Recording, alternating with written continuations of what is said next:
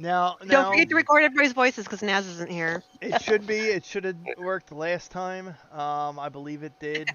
Let me just check the YouTube.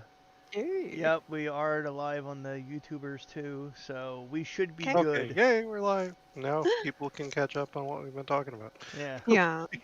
Now we can actually start talking about A20. But yeah, it's they want to do the streamer release Halloween weekend, and then public experimental will immediately follow. But I'm not sure that it's going to be ready until the second or third week in November. Well, they still have the applications open up for Streamer Weekend, right? Yes. Yeah.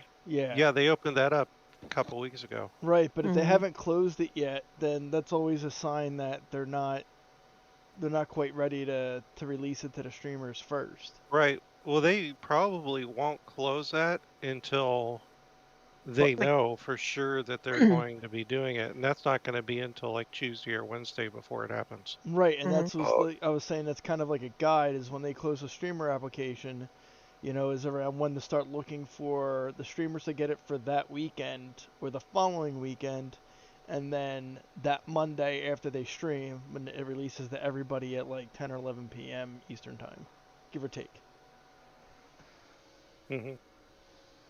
Oh God, we're gonna hear. You said it was gonna be out on Halloween. Why isn't it of course. out? Yeah, So- I know. Yeah, every year it happens. Every So all what the I'm time. hearing is I need to sign up to be a streamer on Twitch. You need You need to have 5,000. 5,000. Yeah, that's never happening. How quick can you duplicate yourself? How quickly can you write 4,999 bots? Or you can always see if there is a streamer that's already selected from like a previous year. I'm sure coordinate with them. I'm sure Pocket Ninja, she has a pretty big community. Who did I for 19? I ended up being able to play with someone for a little bit.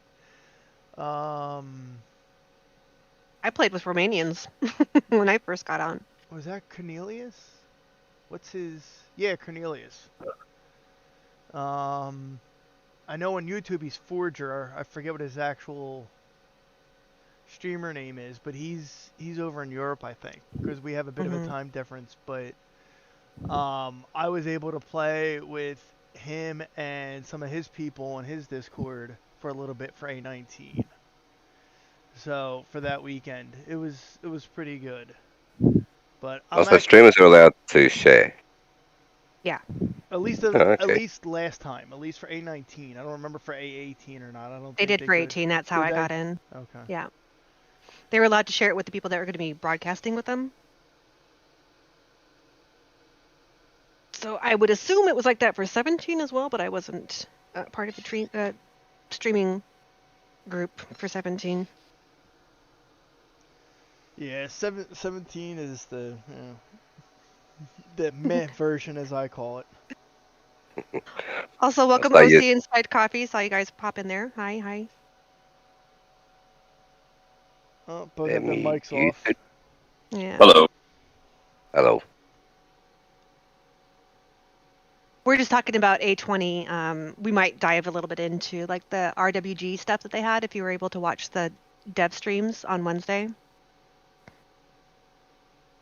Who here did watch the dev streams? Pretty good. I actually did get to see a little bit of it. Actually, I saw about an hour, so I was dead tired on Thursday when I went to work. Wednesday? Thursday, because it was streamed Wednesday night. But you watched it on Wednesday. Yes. Yeah. I just missed out on the question portion. I did get Robert to answer one or two of my questions, and then I asked Dolly if she could ask a couple questions for me since I wasn't going to be there. And she did. And I just haven't been able to go back and watch the question and answer portion. Mm-hmm. But yeah, hey. It who was that? It was me, OC. Oh, okay. I had the Discord down for a second. So, you know, I'm excited for the RWG. RWG has always been my favorite, and I like Navis game is nice if you want to check out some of the new stuff they added overall.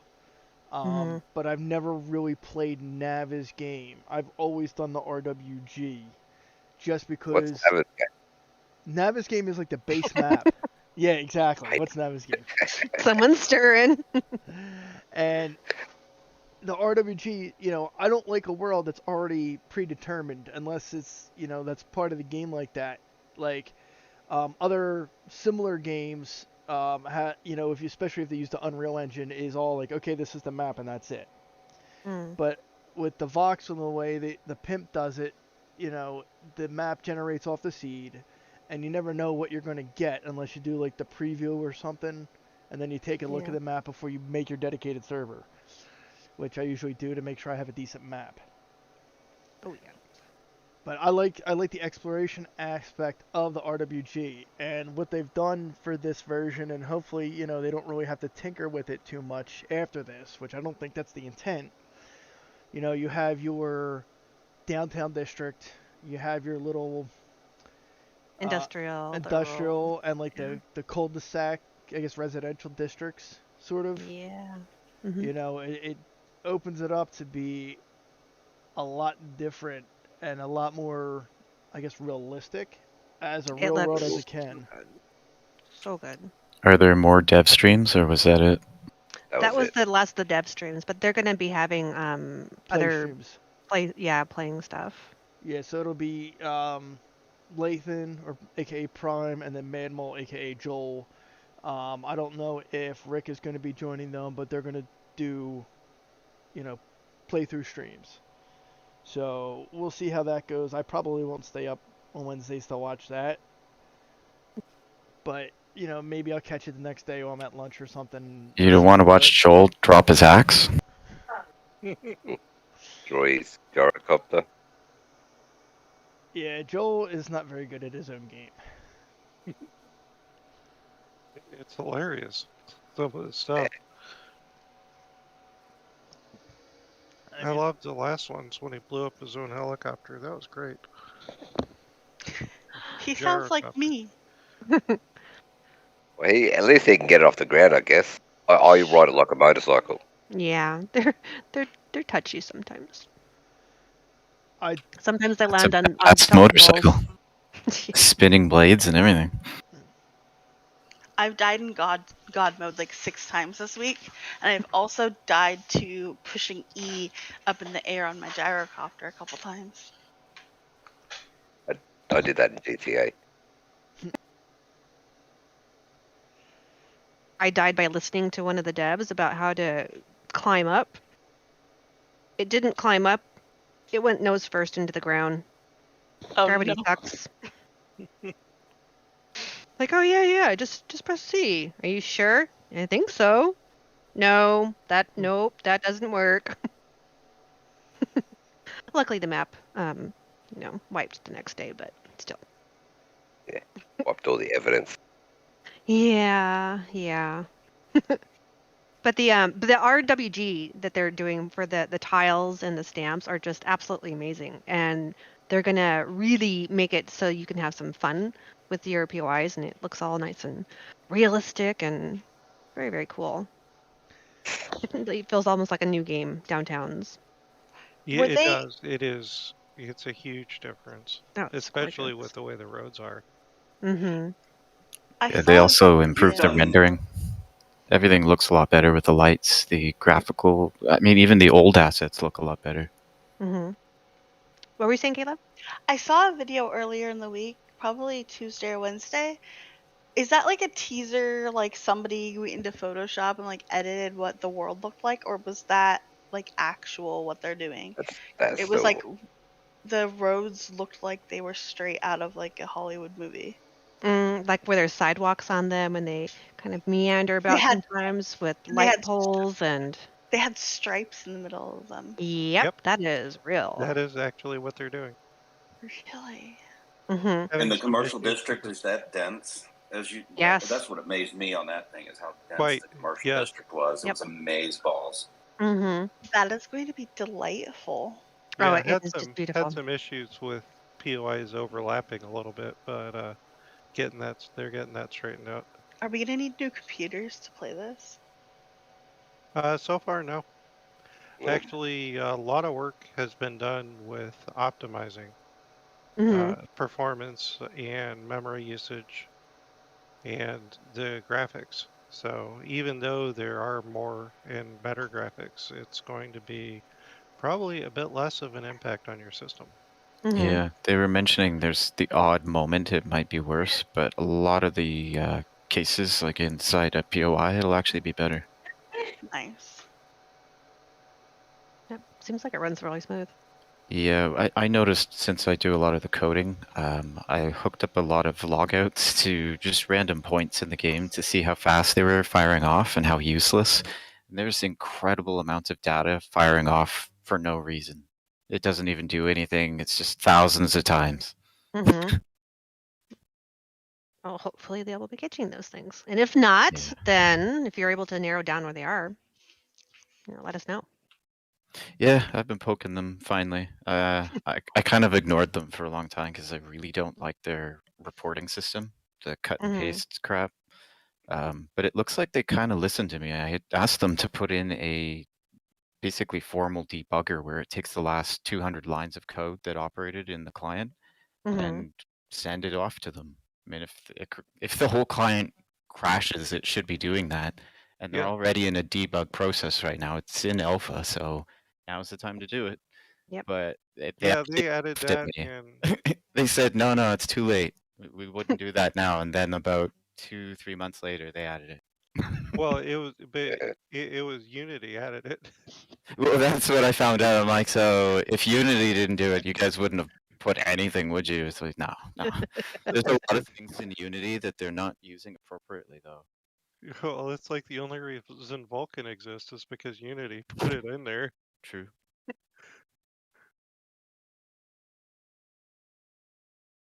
How many of you have not gone through an alpha update running a server? I have never experienced an alpha update. I was gonna ask you guys, is this my first full wipe of the server? Yep, You haven't it's going to require a complete wipe. Oh yeah. Oh yeah. Get ready for bugs for at least 2-3 months.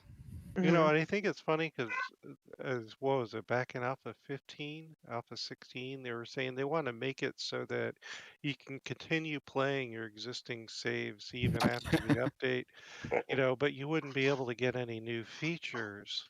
But then they go and make all these huge changes to, blocks or entities that basically invalidated that completely. Well, they also said they wanted to have faster alpha updates. Yeah, that was a big one. Well, yeah, and they did, but then they had that vote, and the community voted towards longer periods between updates with more meaningful content. And sometimes you can. I was gonna say sometimes you can run the same map between like minor builds. So like alpha 19.1, 19.2, and 19.3. Sometimes you can continue a map, but you do run the risk of having more issues. What do server owners usually do for like keeping their community happy during Warn them. Warn I warn them. I make sure everybody knows, ahead of time. And basically, when public experimental goes live, that the stable release is going to be in 2 or 3 weeks. And no matter what you do, so you're always going to you get can start preparing them. And typically, once the devs start doing their playthroughs, you're already about a month or 2 away. Okay. Now, Alpha 19 was strange, and I don't remember too often having to wipe. They seem to the little updates seem to do little things, but it went really well with the world. Now 17, 18, 16, 15, they were all constant rewipe, but 19 seemed to be pretty smooth. 19 wasn't a whole lot of work on WG though. Yeah, there was only the one, I think it was 19.2 or 19.3, where it was kind of really highly recommended that you did wipe, but it wasn't required. I imagine it'll get better as we go along. Once they get kind of to that final content stage, you're Well, not they're almost really there changing the now. base code as much, thankfully. Yeah, I think Alpha 21 is probably going to be the last big alpha. Yeah, I think you're right. Especially before gold, they're really running out of time. They're already cutting out features just to make it in time. Whichever update adds a fix for water, that will be the last one. That's 21. Well, That's my Alpha, prediction. that's Alpha 21. Yeah. They already have They guys pushed it working already on it. once. Yeah, but they already pushed it once, so who knows? Some So programmers are already working on it. So Yeah. yeah. Yeah, they I keep believe. on I saying mean, that. they've been pushing it back since like Alpha 12. Mm-hmm. Yeah, Or give them a quick fix if You they just remember the put it to vertical take water 2 towers of seconds. Alpha But 12? That was hilarious. Yeah. So how long? We're getting stuck. Yeah. So do the mod creators, do they typically update their mods pretty quickly after release? it How Yeah, does- depends. It something depends. large like Darkness Falls usually takes a few days to a week, but I mean, it really depends on how much work there is on the mod that needs to be done. Yeah. I mean, because if it's like it could be an overhaul like the White River Citizen, Yeah, like but it's that's not what I'm like a full discussing. blown overhaul. So it might just need some localization and some changes to the XML to match some of the block changes in the client. But other than that, it's good to go, and you could have something like that ready in a day or two. And usually the active mod authors will get in on the experimental and will work on updating their mod during experimental. So when stable goes live, they only have to check a couple of things and then can push it out. How do you get involved in the experimental? It'll be a public experimental you can opt into. It'll just be you go into the betas tab in your client and you select Okay. latest experimental. So You have they basically right announced? click on Steam and select experimental. Okay. Have they announced that Alpha 20 is going to include new things for people who are doing like prefabs? Well, Yeah. access Shape. to 12, 1,200 new block shapes is kind of a big deal. Yeah. Tiles, For Crazy. prefabbers. 1,200? Yeah. Uh-huh. Yeah. Roughly, Okay. yes. I think the last time I looked, it was like They keep adding more. 1249. So if there's 1,200 new block shapes, are there like 15 new swatches on the paintbrush? Nope. Actually, they're quite limited on the paintbrush. They Mhm. remove some to fit some in because the engine has some limits. Yeah, the paintbrush textures are a little bit costly, especially in prefabs. That's a big thing. You don't want to have a prefab that's got a lot of, like concrete blocks painted as wood blocks and stuff like that because it makes it eat a lot more memory and can take it a little bit longer to load on client side. Yeah. And with the CP, we did that in a 19, I think, or CP46, whenever that was, and it cut down the server memory usage a fair bit. I mean, we did other things as well, so. Am I the only one that hears 1,200 new blocks and goes, crap, I already have a hard time finding the one that fits that specific hole I already have? Well, it's rather intuitively because I mean you can just browse at it, like all 11 pages, whatever at once, but you can select specific shape types to cut down the number of blocks you're looking at to find what you're looking for. And each material has the exact same shape. So once you've basically All got your head materials, wrapped around, yep. Do right? they Yeah, have? I think they were talking about a shortcut as well, where if you've placed a certain block shape, then you go to place another one. Even if you change the block, it'll keep in that shape until you change it. Oh. Okay. So there is some little intuitive things to it. Yeah. Yeah, and It's that's not what I that like bad. about it is it is real intuitive. It's not like some crazy thing and loops you have to go through to get to stuff. Well, the It's pimp's really intuition and mine good are different. flowing. Are they giving like previews of the new blocks or no? Yep, They they already did that did in back one of the in other the ones. first stream. They did it during one of the devs, yeah. Yeah, I think it was the third one. They covered that a little bit. The third one, was it? Pull up Twitch and look. I kept getting censored during the Twitches. I was saying bad things, I guess. They don't like criticism. You got to remember that.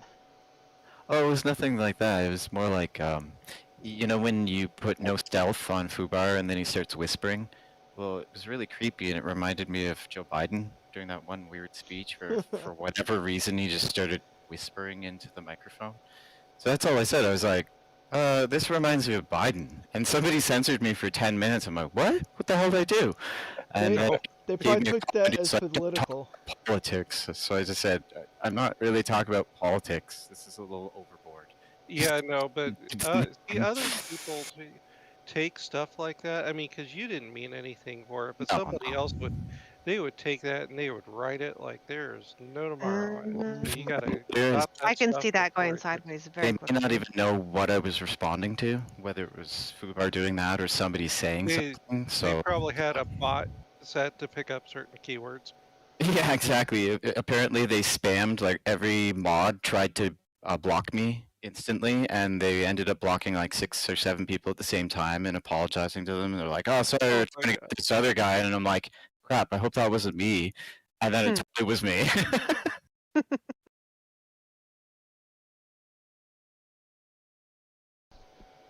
Now, OC, you were working on the game event stuff earlier. I saw in one of the in the modding channel. Yeah. I was going to mention that. Yeah. Well, since we have time, what did you figure out? So it's pretty interesting. They added the game event integration because of the Twitch integration, and so there are some limits. You got to go look at the game event XML, but they did have a thing called replace items and remove items, so you can actually trigger this on players. The limitation is that it's not taking a direct item by name, it's taking it by tag. So if you look at items XML, they all have these goofy tags, right? Like admin or melee, axe. There's a whole bunch of them. But I noticed you could do something like, say, the currency, which is dukes, or you could just add a tag, right? Like if you wanted to target a very specific thing, just make sure it has that tag on the load up, like put it as a XPath or whatever. And then, yeah, you trigger this game event on the player, and it'll actually remove the items.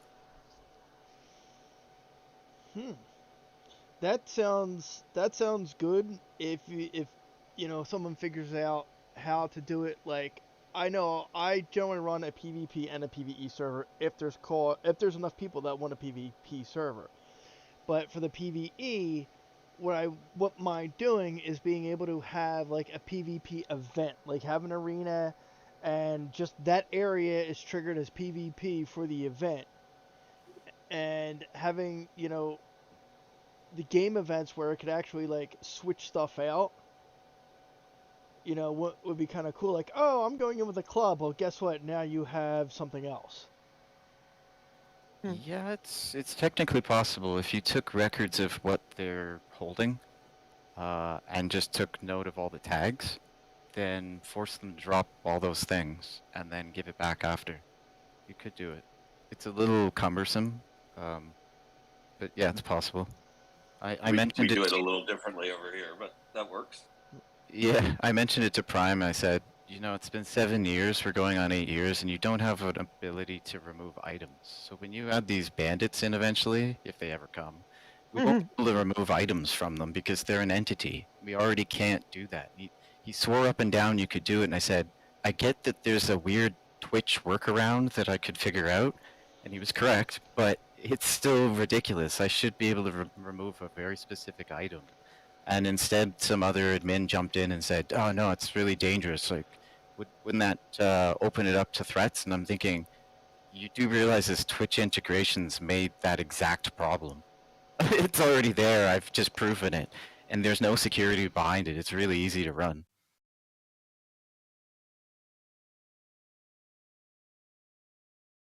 Funny enough, one of the reasons I even came across it is I've been doing some anti-cheat detection, and I was looking at a few things, and I kind of did a Cocker Spaniel a head cock and went, wait a minute. They could trigger a removal of items with this. Yeah.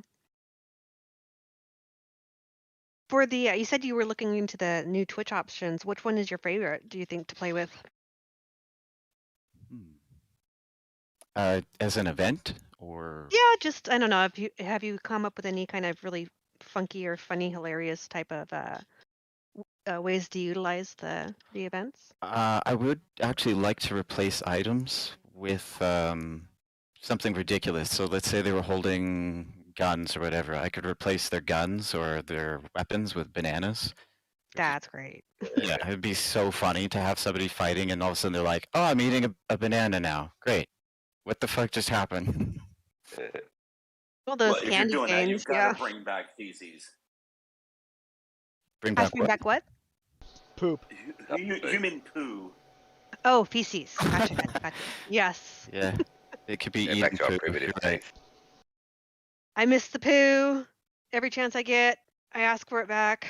I actually modded that so you could throw it at people, and then it would put a smell on them and attract zombies for a little while. It was fun. That's nice. Oh, I miss the smell function. Yeah, I really hope that comes back. I do too. I liked it. I liked really having to be thinking about what I had in my tool belt, what I had in my backpack. Made it harder, but And then in came Velma and made sealed meat. I don't want my food to spoil. I don't want to deal with that. Yeah, food spoils, then you gotta mod in a refrigerator to keep your food from spoiling. Mm-hmm. I wouldn't mind it if they had something vanilla where you could make yourself spoiled meat. Just for the, farm plots. Yeah, but you just have to kill animals. Well, the dead animals, like the dogs and the vultures. Gore blocks. Yeah. Yeah. Or if there's but I don't always like being on dogs. Yeah.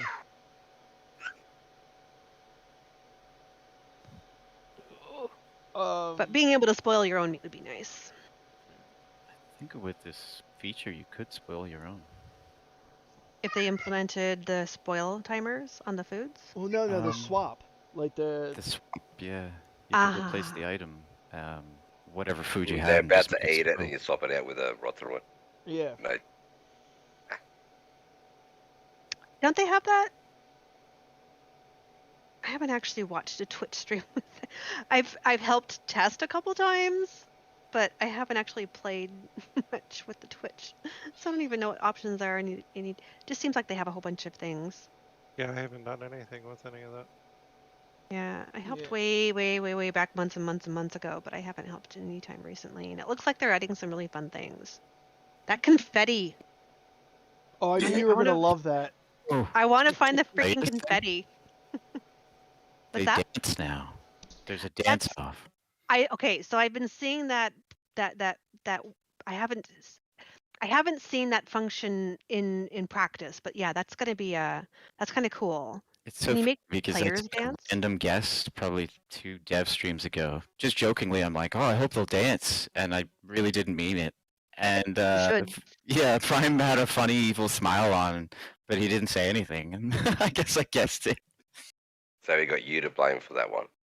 Yeah, maybe they coded it because they were probably making something else, and they're like, wait, dancing? That's way better. Yeah, here, let me see. I think I have it around somewhere. It's the new Joke Blimp. Yeah. I haven't looked in a while. Is the blimp still in there? Here's the best part. As far as I know, if you did add an animation like that, we should be able to trigger it on people or zombies with weapons and different variations of things. Yes. Mm-hmm. And as far as I know, the blimp is default Unity, so it's still. Oh, okay. Oh, there really is a blimp. Oh, okay. Yes, there is. Yeah, that existed before the gyrocopter did. Yeah. Well, I knew it was sort of a joke thing, but I thought they took it out. No, they're in sure 18. It's core Unity. Weird. It's bizarre all the things they take out of this game and say it's to streamline it, and then they leave a blimp. Yeah, but it's it's not really fun. in the game. I mean, it's there, but you have to go through the dev mode and the creative menu to get to it. So it's not, you know, normal player access. But Yeah. I'm on Robert's side. I want to see a helicopter and I want to see some kind of boat once they fix Oh, the there we water. go. Yeah, a boat would be nice.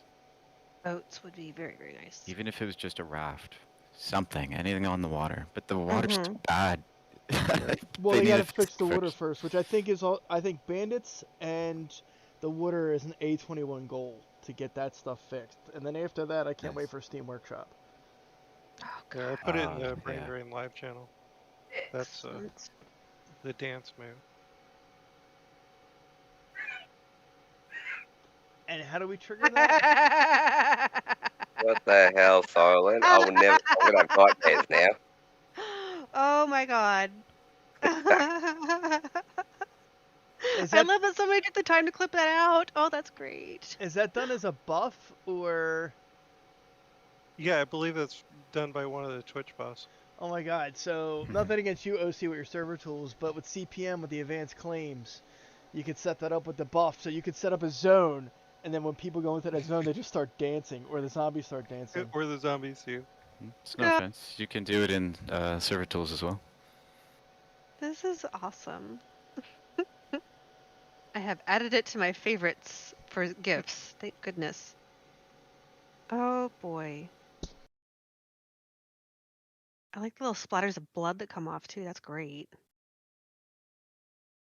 And they can all do that, right? Oh my god. Yeah. Ooh, that'll be interesting.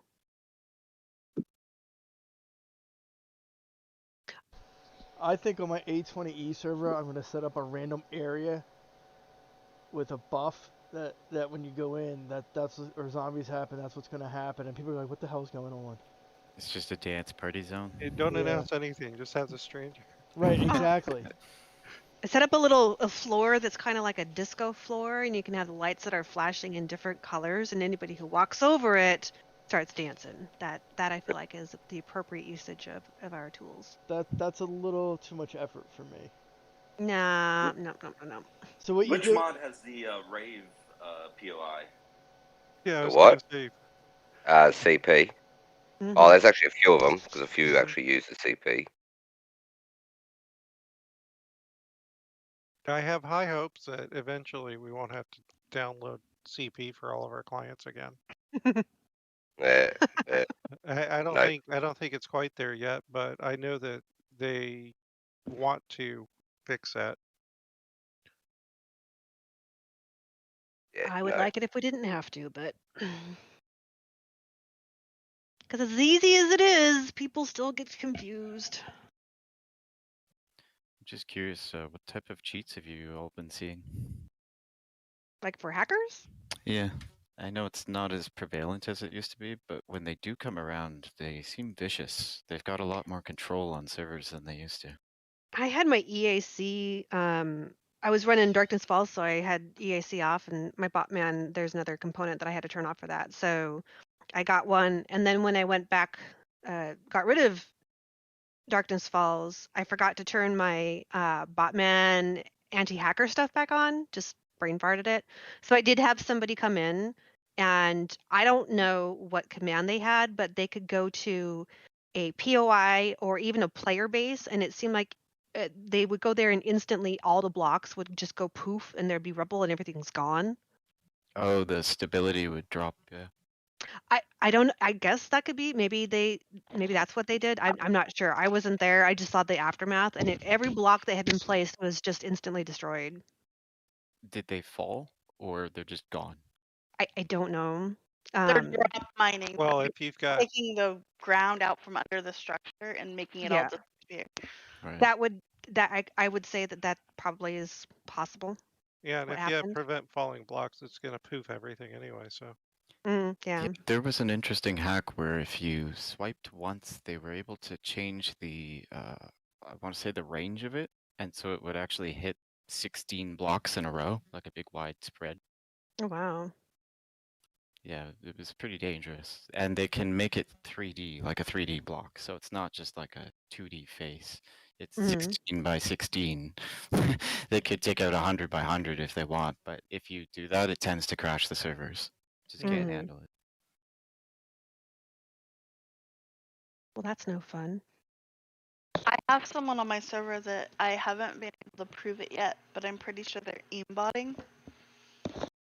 Really? I'm actually working on an aimbot anti-cheat right now. That's interesting. That's cool. I'll give you the link to what we think is the most active aimbot right now. Are you running Kayla, are you running a PvE or PvP?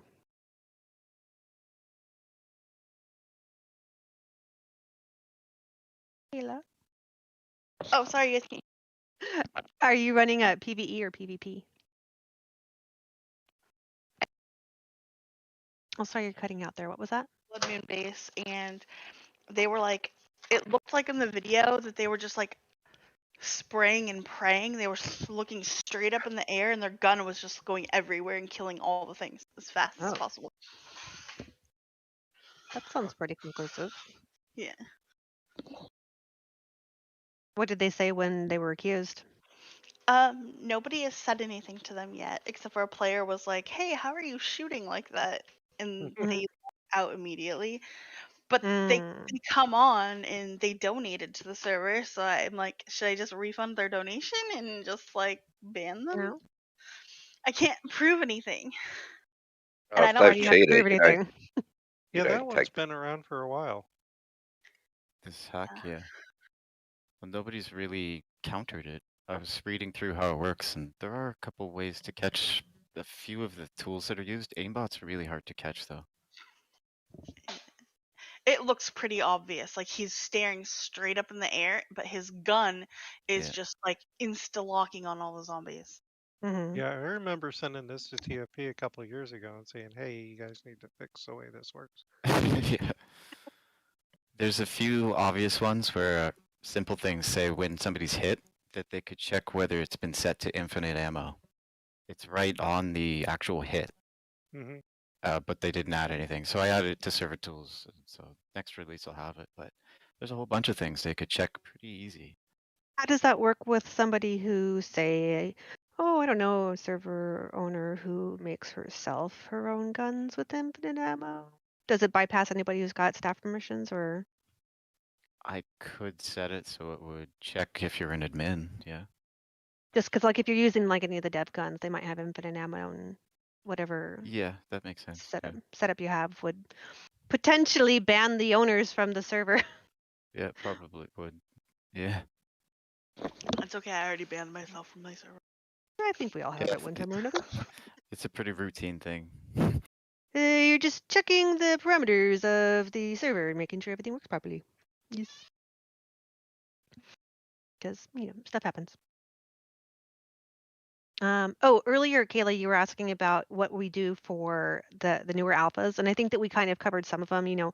Warn your players that there's going to be a wipe for the new alpha. If you do decide to go into experimental, which I always go experimental, it's fun, but if you do go that route, your players need to understand that there are going to be bugs and you're probably going to have to wipe at least once or twice, and expect the experimentals to be happening, I don't know, maybe once a week or so, but they're really close back to back at the very beginning because so much information is being gathered and fixes are being pushed. So if your players are okay with wiping to see what the new content is, great. Even better if they can find some of those problems that are happening and then direct the repros or the observations to the QA staff and then get those things fixed for further builds. Yeah. That is always a nice thing. So. And if you find stuff that is happening, just post over here on the 7DAC Discord, and we can start routing those reports back to the right places. Especially if you have repros. Now, I'm a new server owner, and something I wanted to ask, because I've experienced a couple things recently from other servers. Like, I made a server because I was an admin on not an admin, a moderator on another server, and the situation there was they didn't give people the ability to restart the server or do anything. So there was things happening on the server. It was lagging. People were complaining. They didn't give any tools for anybody to fix anything. And then they weren't around for a week and a half. So then a hacker came in, stole everything out of the base of the two moderators, which was myself and my friend. And then he didn't come on for another week and a half to return our stuff to us. Yet I had the CSM map that showed me that he went straight from my base back and forth like 40 times from my base to his base. So then he sends me a DM, says that he's removing his server because he just doesn't have the heart for it anymore. But what I found out later, what really happened is donators stopped donating and he couldn't pay for it anymore. And then a donator came in last minute. So because I decided to leave and make my own server, he banned me from his server and said that I don't need to play on his server anymore because I have my own. And I was like, and then another server I was playing on was like, oh, you're in the admin coalition, so you're playing on your other server. So they like deleted my land claim and was like, yeah, you don't need to play on our server. And I'm like, why can't server owners play on other servers? That sounds like rotten. Some server owners I've heard, I'm not like that, but I know that I on occasion will play on other servers, because I can rarely play on my own server Yeah, I without don't people play on my asking own for servers. stuff. Yeah, we can't. Right. It just doesn't happen. I- And then I have been warned. People have said, "Hey, if you're playing on X, Y, or Z servers, don't let so and so know that you're on there or that you own your own server because they'll just ban you." I think that some server owners are worried that other owners are on there to either steal their players or to steal their ideas and copy whatever mods they have. Which is, it's a legitimate worry. I know that there have definitely been other server owners who are unscrupulous and try to snipe players from discords or from in game. So it's six of one, half a dozen of another. Some owners are just like really insecure, and some owners are really unethical. So I just found that really strange because I'm like, yeah. I didn't tell anyone else that I had my own server. I didn't say anything to anyone. I didn't recruit anyone. I'm not there for your mods. We all have access to the same mods. So like to me it's a moot point. Like, okay, unless you're creating your own mods and like writing your own scripting or whatever, I don't know the XML stuff. Unless you're doing that, then like there's nothing to steal. Everybody has access to the same things. I know. But I want to play other servers because if Yeah. I'm on my server, I'm not having fun because I'm elbow deep in it. Yep. So a lot of us here, I know Spectral has a server that he'll put up for us owners to go and just chillax on a different server.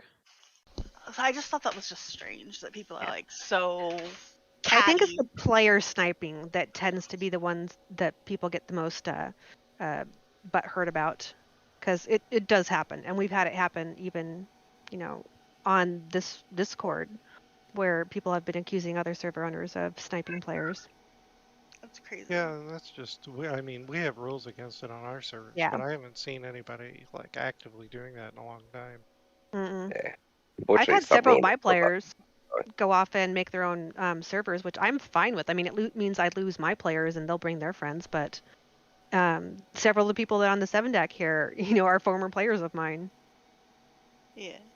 It makes everything easier. It just like there's 4 of us, 2 of us from one server and 2 of us from another, or 3 of us from another server. We all kind of ended up at the same place, and the guy that banned us was just really rude to us. So then we decided to like hang out, and we were talking about it, and I'm like, well, I didn't ask you guys to come play my server. You just kind of showed up. And one guy, I left my server on the day I made it, like overnight, and I forgot to shut it down. And I logged in the next morning to start like putting files on it, and he was already level 25. Nice. And I was like, oh, hi. And he's like, is this your server? I was like, yeah. How did you find me?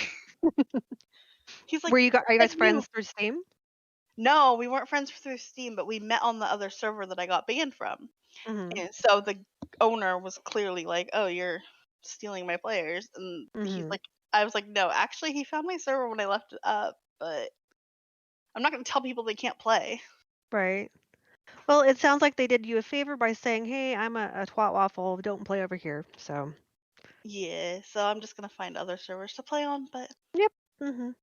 this community on this Discord is the most helpful of like all people. Like you ask a question, you're getting stuff answered like fast. It's amazing. Like Dark Discord, where it's a ghost town. And they don't call you an idiot. Yeah. Usually. Oh no, I'm an idiot. They don't ever say it usually. I mean, occasionally they We will. think it, but we don't say it. Yeah, we just use little emojis. We don't say it out loud. No, we've all been noobs, every single one of us. I know I kind of started out the same way. I took over my server. I'm a second generation owner for my server. And it was kind of like trial by fire because the previous owner wasn't around, and they were asking if somebody wanted to take over, and I said, yeah, I'll be an admin. And they're like, okay, here you go, here's everything. And then I'm like, well, how do I do this? And there wasn't anything around to help out, and the original owners weren't around too terribly much, and so I just kind of, button mashed my way to a little bit of understanding, and then you just kind of grow from there. Yeah, definitely. Another server just having fun, and I mentioned that I do a scavenger hunt for Patreon. So I've spin up a server, a world, and have 20 items you have to find in the first hour or something like that. And as soon as I've said I had a Patreon, he's like, "You have a Patreon?" I was like, "Yeah," and he's like, "Bye," and banned. Rude. I was like, "Don't ask if you don't want me to tell you." Mm-hmm. For your Patreon, do you use that for like mods or for donations, or I haven't used Patreon or those. I use it. I use it for just an easy way to make donations if you enjoy playing on the server. Mm-hmm. And then I do 2 events every once in a while. I do the scavenger hunt where I come up with like 20 items that you have to find in 1 hour, and I do a new art random gen, and I've got boxes. I give everybody the initial stuff that you need. You don't have to find guns. You don't have to find anything. The zombies are at 0. You just go and you find the things I've asked. What's that? Or that are on the scavenger hunt. And the other one is we do I call it a 1 hour PvP where I use CSMM and set up a small town, and 10, 15 of us are in that small town, and we play PvP for just an hour. So it's not like base rating or anything like that. It's just basically you're all. Oh, and we use the 600 times goggles. I give everybody 600 times looting goggles in the dev. I think it's 600, something like that, so that they can find guns early on. Because that was my big problem when 19 or 18 came out, was we couldn't find good weapons, and we just stay in this little confined area for an hour or 2 hours, and we just wait until the winner comes out. And so this is just little games I play. That's all. But it's more just. I mean, the cost of renting a server is nominal, and I'm not hugely active in protecting it and all that good stuff. I just like to have fun. That's my mindset. I like those ideas. Yep. I was rethinking how backups are taken. I noticed a lot of them are really, really large, especially with the popular servers. But I was thinking, do you feel it would be helpful if I sort of, I want to explain this the right way. I want to target the most essential files. There's certain files that aren't apparently essential, like map files where, let's say you wiped a region, the player will still have the map revealed even though it's been reset, but that'll save you a bunch of space. And then why are we backing up a bunch of things that haven't been changed? So, well, that's why I do incremental backups. Yeah, exactly. Like if there's no update to it, then what is it you're updating? Nothing. Yeah, I mean, I'm running Alex scripts for the backups, and it does incremental backups with hard links. So if a file isn't changed for 7 backups, it doesn't get written for 7 backups, and each backup just has a hard link to the last file that was written. Yeah, that sounds like a good way to do it. I mean, that's really the best way, is just do incremental backups, because Yeah, I was eating up storage space. I mean, I had 2 terabytes for my backups, and we were running out of space after just a couple of weeks doing backups once an hour. And I switched to incremental backups, and I've now got a little over a month out there for 6 servers, and it's only about 900, 800, 900 Yeah, that's pretty gigabytes. good. So it That's much more made a manageable. huge difference switching to the incremental backups. I don't know why more game backup systems don't use an incremental backup. They just make a zip of whatever's currently Yeah, there. they just dump it. Yeah. I mean, it's the simplest way to do it, but definitely the least efficient. Yeah, I know Alex Scripps uses Archon, and I keep wanting to rewrite it using duplicity. But I never have the free time to get around to coding it. Do you have any experience with compression algorithms and what's better or why? Not in the past 15, 20 years. Okay. Yeah, I used to do a lot of stuff with AS400 back in the day, but Oh shit. nothing recently. Yeah, okay. You're not even talking gzip or anything. All right. Yeah, no, I don't know what. Let's see here. Yeah, I don't think he can make a backup program in Fortran anymore. Yeah, probably not. No. Jeez, I was playing around with Cobalt and stuff back then too. It's interesting what you're running already because, like you mentioned, most people aren't running an incremental archive. One of the reasons is if you start working with zip files, they tend to be in use. So you have to know how to offload, either do a shadow or an Xcopy, and then put it into an archive. Right. A lot of people just don't know how to do it properly. That's all. Well, this one, they're not even with the incremental backups I have. They're not even zipped. I mean, I could tell Alex Script to zip them, but then it makes it a pain in the ass for me to get to them when I need to restore anything. Yeah.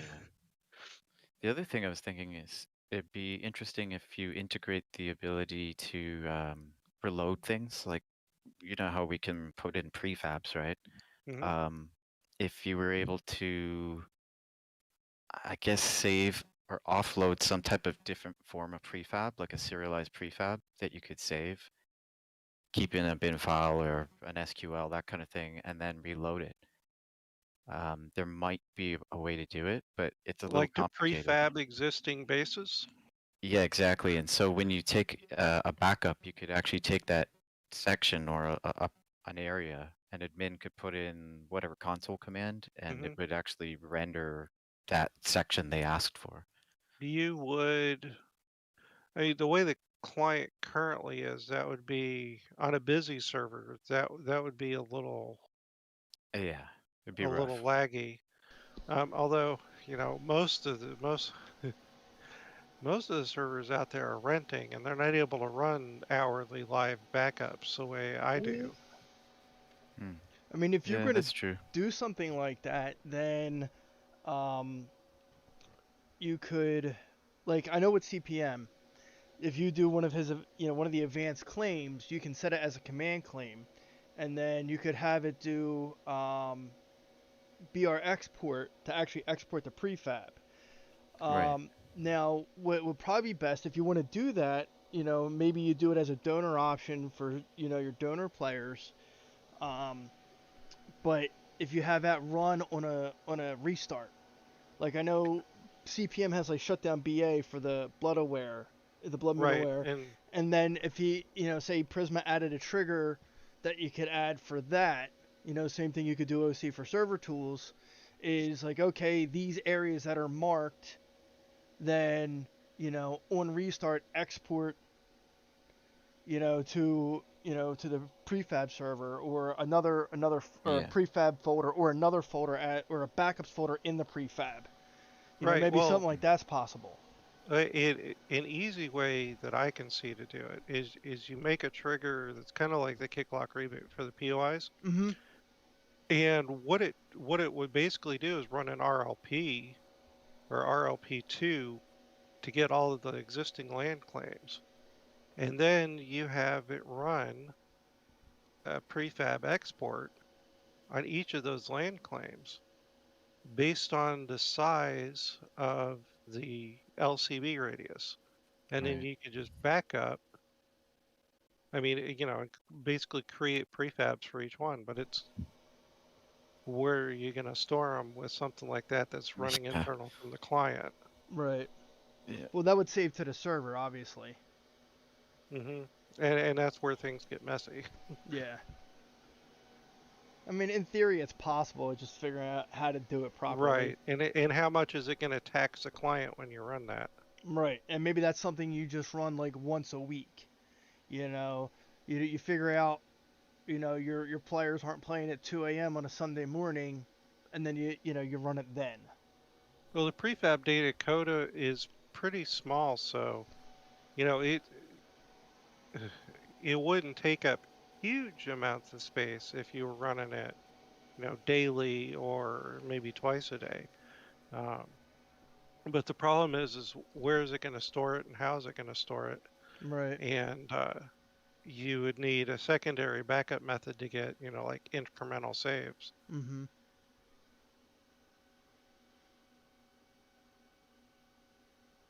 That's an interesting thought, though. God, I wish I had more time to play with stuff. I wish I could just pay to sit here and fiddle with code, because... You can always retire. Some people do. I couldn't. I can barely live on what I make now. Mm. Yeah, I know how that goes. I guess thinking about with the size of the claims and the spacing between them, for instance, what you can place near your own versus when you don't own, there should be enough space that you could probably make a pretty decent prefab, even if it was overlapping. And yeah, I think what you're explaining is possible by all means. To what extent you want to use it, though, I guess would be my question. Right. What's the purpose in the long run you want to use it for? Well, the main reason would be, like if somebody jumps on your server with hacked code and goes and blows away everybody's bases, then you'd want to be able to restore it. And currently our only real option for doing that is restoring the entire region file. Yeah.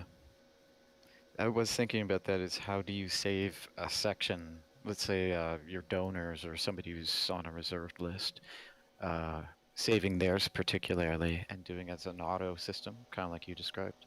Oh, you would, the land claims are identified by this Team 64 ID. Yeah, I know. So you just use that as a target. No, I know.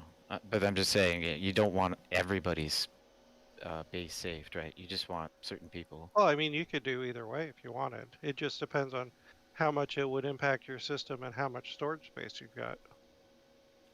Yeah, and how it's stored is another question. Are you storing it as a P render, or are you breaking it down as a serialized? That's why I was saying you could break down some of the information and make it, it's almost like compression, right? You're just breaking it down to the zeros and ones. Mm-hmm. Yeah, you're going to want to get something close to a P render where you can collect the inventory information as well for the chests, forges and stuff. I already have a bunch of that in server tools, so yeah.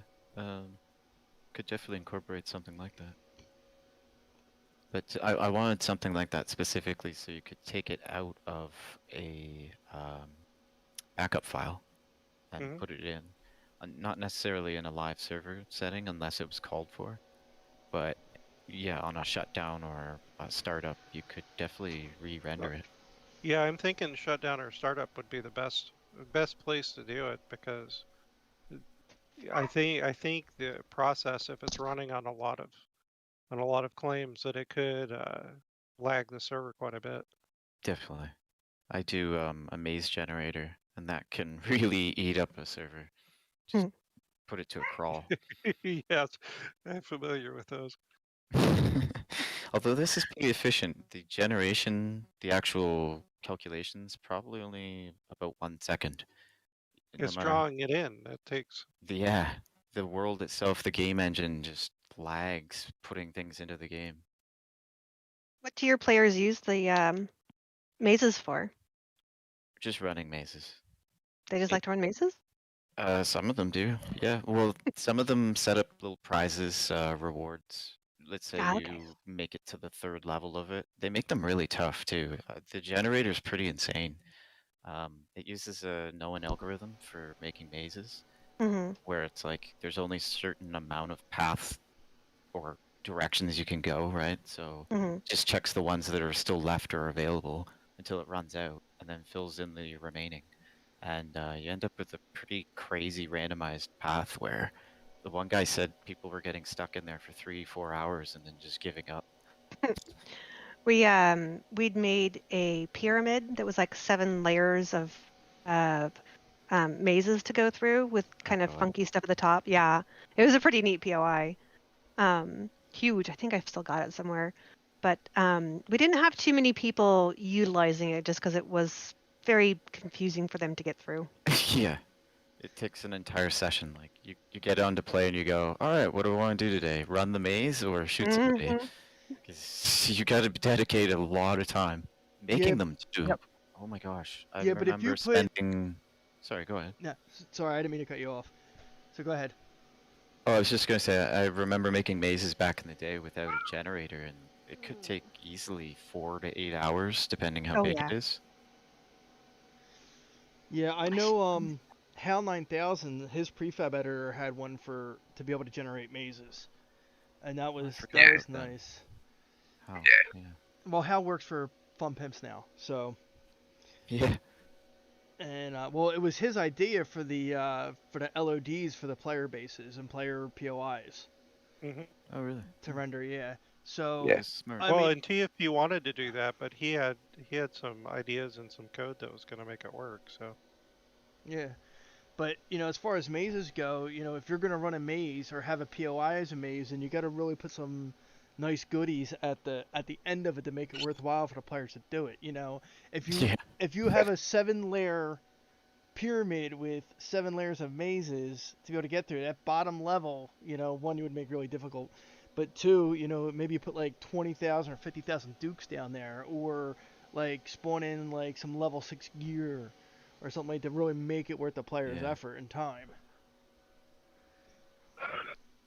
Well, that's sort of what they were doing anyways. They were putting little zones where if you crossed over a certain point, it would trigger giving them an item. Oh, okay. And I don't know if they were randomizing it or not, but anyway, they did stuff like that. Sometimes they had chests with random loot values, and then they would block the door behind them using some little trick. I don't know how they did it, but anyway, they did. And, I think they were locking the door. That's what it was. They'd lock access using the, like, TE access. But anyway, yeah, they would go through something like that, 3-4 layers, and depending how far you got better stuff. But the people were going crazy, outright crazy. Even just an hour in a maze, depending how you make the maze and the materials you use, it can make a lot of weird visual illusion. If you use, say, just frames, everything you can see through, but it all looks the same. And everywhere you go, it's almost like looking at a mirror. Like a fun house. Yeah, exactly. And then there's people who put glass. Glass is the most frustrating thing in the world, because you put on your flashlight and you can see the floor around you, but everything else is blinded around you. So you can't really plan out. And even if you could look around, it's still glass, so it's not like you can plan anything. So you're just bumping into walls for hours. It's ridiculous. Or you paint everything cooler black and it sucks all the light. Yeah, I did that once, and I was laughing. I'm like, is it worse with glass or black? And it depends on the player. It depends on their visual acuity and what kind of triggers them. Yeah, if I make it 10 minutes in the black, and he's like, no, I can't take it. It's too depressing. Everything's black. Just everything. I need We do that for our prisons. Sent them in the black maze to figure out things while they pondered their actions. Yeah. Good luck finding your way out. That would be a fun way to do the prison. Is generate a maze and then some asshole just toss them in there and see if they ever get out. Yeah. I have a prison where it says shame on the walls, from Game of Thrones, and it's like 3 stories tall, and you have to go. You can wind your way through there. But if you make it through the end of the maze, it just brings you back to the very first room. So, brutal. That's how you keep an idiot busy. So you just put a teleport at the end of it to teleport you back to the first spot. Could do that too. This one I don't have to because I built it so that it goes up and down, around, and. You should make multiple rooms that look kind of alike with like shame rooms, so when they get back to the start, they're not really sure if they're back at the start. Do every room different way, upside down, sideways. That's Yeah, God, those hurt my brain. Try making them. Yeah, put your when they showed that POI with the building that was on its side. Oh my God. I don't even. Yeah, that's a tough one. My fun house. Yeah, that one Visions made of my brain Stanley hurt. Parable. Hey? I said Visions of Stanley Parable. It's trippy bloody making them. And you get all vertigo and you got to remember which way you're building it. And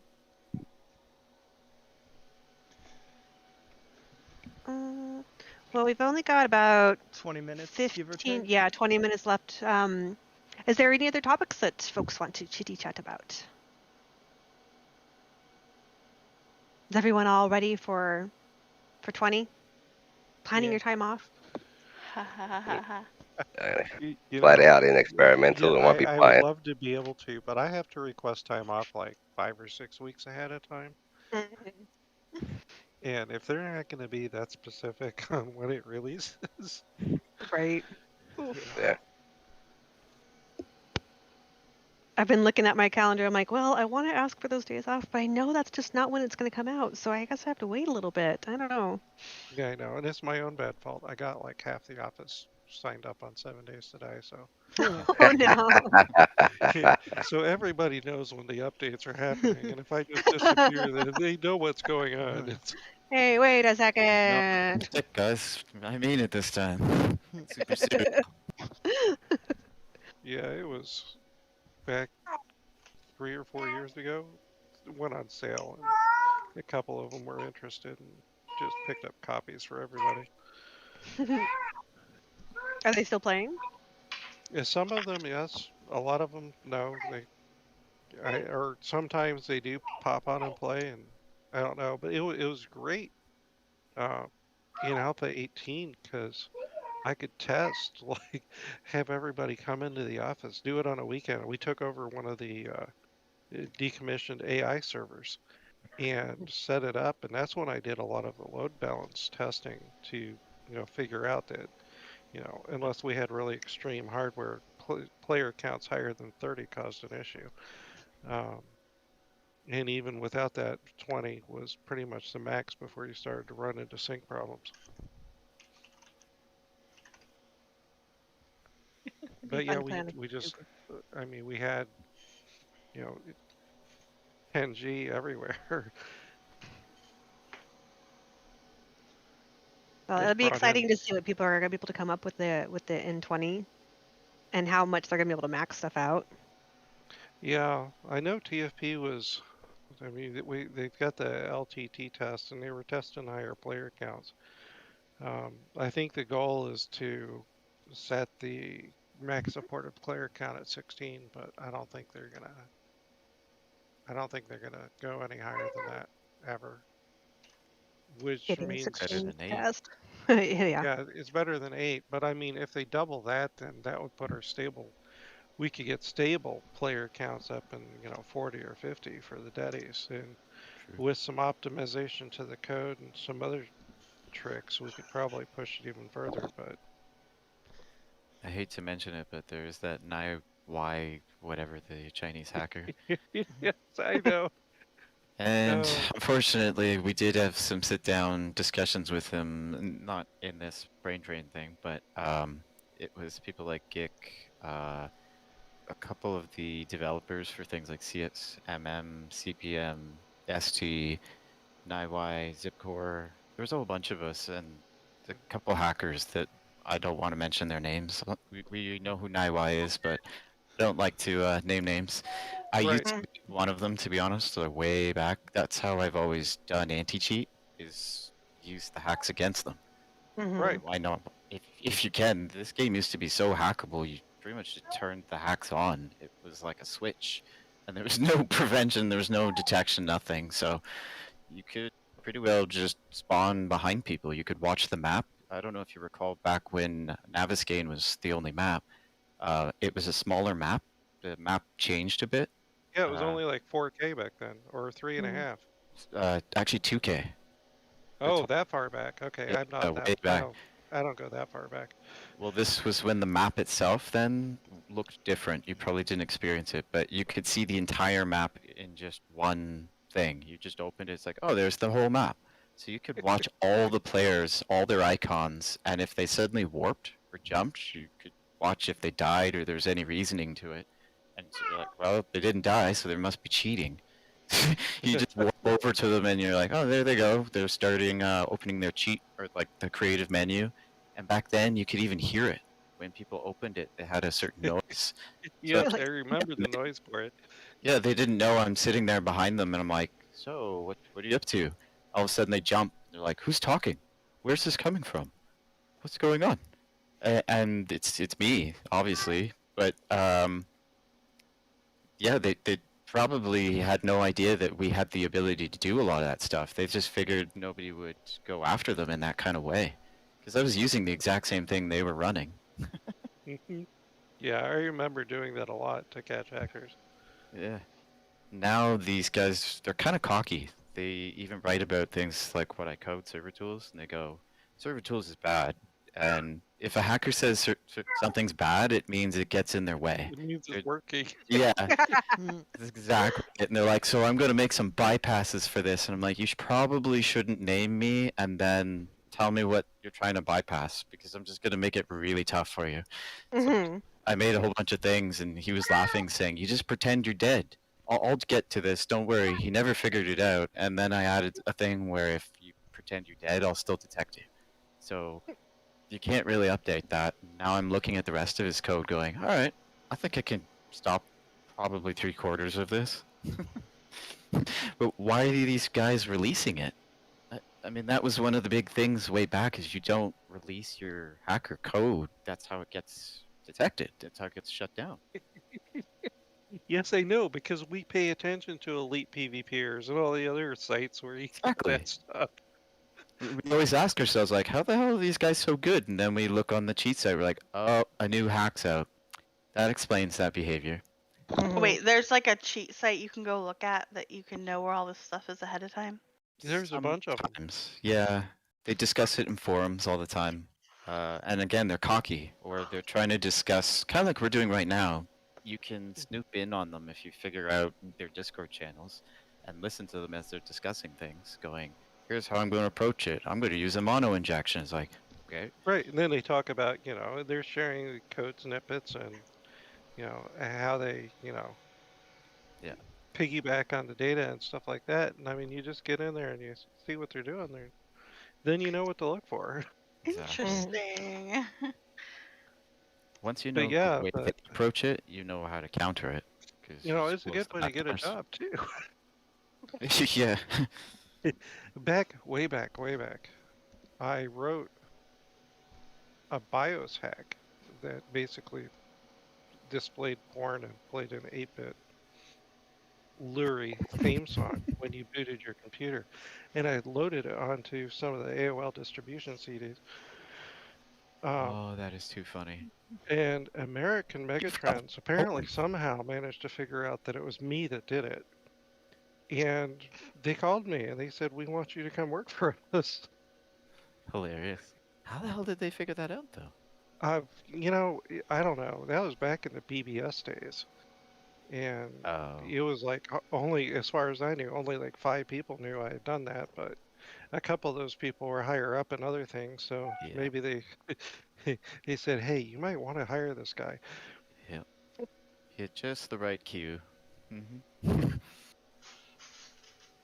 But yeah, it was funny because I was getting in my truck to go basically my enlistment ceremony for the Army, and American Megatron's called, and I'm like, what?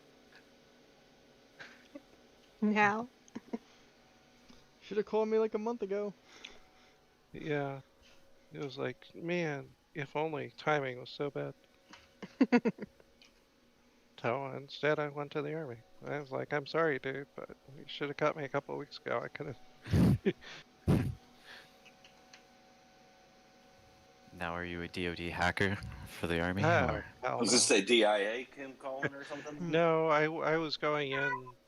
They wanted me to design missiles and Interesting. technologies, but then I ended up fucking my knee up in boot camp and got medically discharged. They wanted you to design electronics internals, or what specifically? Yeah, it's software, and Ah. I used to write some AI-like code. It would look for similar things and match them up, and so probably targeting systems and whatnot. I was just gonna say, it sounds like targeting recognition. But all I know is I was private first class, and I had a higher security clearance than the president of the United States. It was hilarious. Oh wow. I had a buddy, he was quite the hacker, and just watching him one time in DOS, I was actually drooling, going like, I don't even know what you're doing in DOS, so I don't know what you're gonna do next, but show me, wizard. And he went into Windows and he opened some literally back doors that people just don't know exist. And he said, don't show anybody this, that this is here. And he wouldn't let me see what he triggered, how he did it. He was actually under some kind of non-disclosure agreement that he's not supposed to tell or let anybody know about this stuff. And then he triggered something in the DOS prompt where he had to turn it on, something in the serial. It's all hidden, right? But he had figured it's all out. And then basically he turned on a backdoor where he could take over the entire kernel within about 5 minutes. And he did something very similar, not only at my old school, but he did it for a bank.